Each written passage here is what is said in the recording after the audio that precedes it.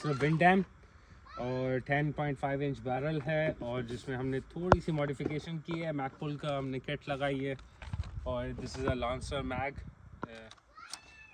Let's see how it works.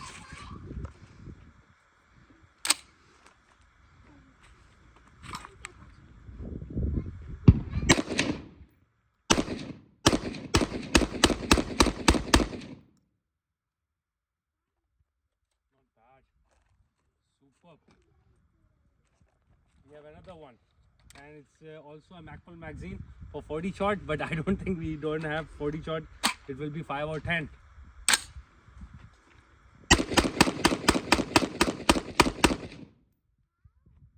I think this is the one of the cheapest weapon जो US market से यहाँ पे आया है.